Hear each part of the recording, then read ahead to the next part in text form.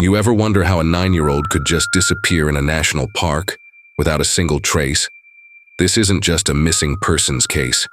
It's what the park rangers found after that will ruin how you see forests forever. Keep watching, because the most disturbing part came 17 years later. They say the wilderness doesn't just take people, it chooses them.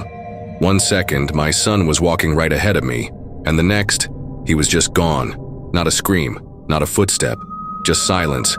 I've hiked Yosemite for over 20 years, but what happened that day? It still makes me question what's really out there in those trees. My name's David. I don't really like sharing this story anymore, mainly because no one ever believes me. But I know what I saw, and I know what I didn't see. This happened in the summer of 2007. My son, Jacob, had just turned 9. He was smart, curious, loved animals, and way too obsessed with dinosaurs. It was our first father-son hike without his mom. I picked Yosemite because it was familiar. I'd done that loop at least 15 times. We set off around 10 a.m. Weather was perfect. Clear skies, mid-70s. Jacob was bouncing along, asking me every 5 minutes if bears could climb trees faster than humans. We were about 4 miles in when we came to this fork in the trail. 2 narrow dirt paths surrounded by dense pine. There's a little trail cam mounted on a tree right near the split.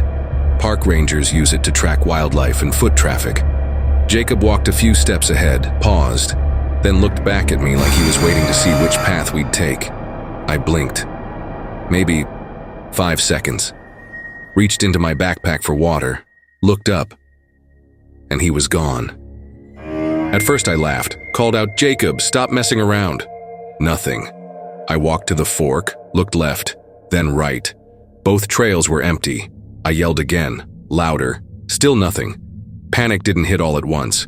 It kind of crept in, like the silence itself was pressing down on me. There were no birds, no wind, no sound of twigs breaking under small feet. I ran up the left trail, maybe 100 feet.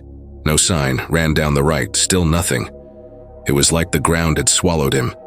Within 20 minutes, I flagged down 2 hikers. They helped me search while one called for help. By the time rangers arrived, it had been almost an hour. We combed both trails, then the nearby woods, then everything within a mile radius. Search dogs came in by evening. Here's where things got really strange. The dogs caught Jacob's scent at the fork, followed it about 30 meters into the woods, then stopped. Dead stop, circling, confused. The handler said it was like the scent just vanished. The next 3 days were a blur. Helicopters, thermal drones, over 100 volunteers. They found nothing. No shoe prints, no scraps of clothing, no disturbed soil, not even a broken branch. And this is Yosemite. The ground should have given us something. But Jacob, it's like he stepped into air. The camera, the one pointed at the trail, it caught him. The footage showed Jacob standing at the fork, looking around. And then he takes one small step off the trail, into the woods. And that's it. He just walks out of frame. They checked the rest of the footage. No one else passed by for another hour. No animals, no shadows, just void. A ranger, off the record, told me about other cases. People who vanished in these woods under impossible conditions. Same patterns. Clear weather. Short distance from others. Sudden disappearance. No trace ever found. Some call it the missing 411. I didn't want to believe it, but after what happened to Jacob, I started digging. Dozens of children, same age, same pattern, same silence, and none of them came back. A year later, I returned to the same fork, same tree, same camera. I stood there, stared at the spot where he stepped into the woods, and for just a second, I swear I heard it. A soft voice. Faint, far, familiar. "Dad?" I turned, heart racing. No one there. But the forest felt different, like it was holding something just out of sight. Maybe I imagined it. Maybe it was grief. Or maybe there are places in these woods where the rules don't work the same. If you're ever hiking in Yosemite and you come to a fork in the trail and the wind suddenly dies, don't call out. Don't take a step off the path, because some who do never find their way back. 2 girls, 1 trail, no way back. They had a camera, and what it captured after they vanished still has no explanation. This is not a movie. It really happened, deep in the Panamanian jungle. In March 2014, 2 Dutch students, Kris Kremers, 21, and Lisanne Froon, 22, arrived in Boquete, Panama. They were bright, curious, and full of life. This trip was supposed to be a dream. 2 best friends exploring a beautiful new country before starting university.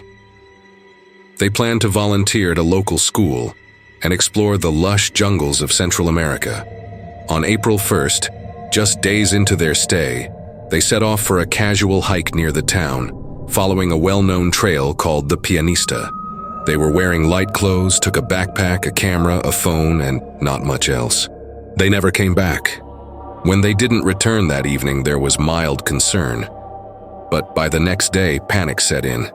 Local guides, police, and even helicopters began scouring the area. Nothing. No bodies. No sounds. No footprints. It was as if they had been swallowed by the jungle. 2 weeks passed. Hope faded.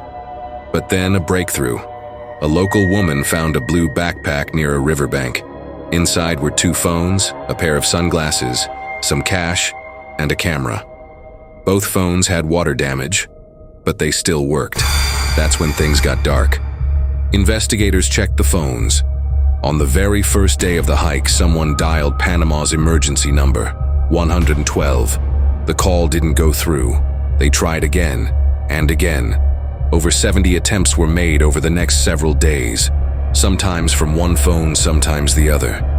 Strangely, at one point, someone even tried turning the phones on and off, removing SIM cards, as if they were desperately trying anything to get a signal.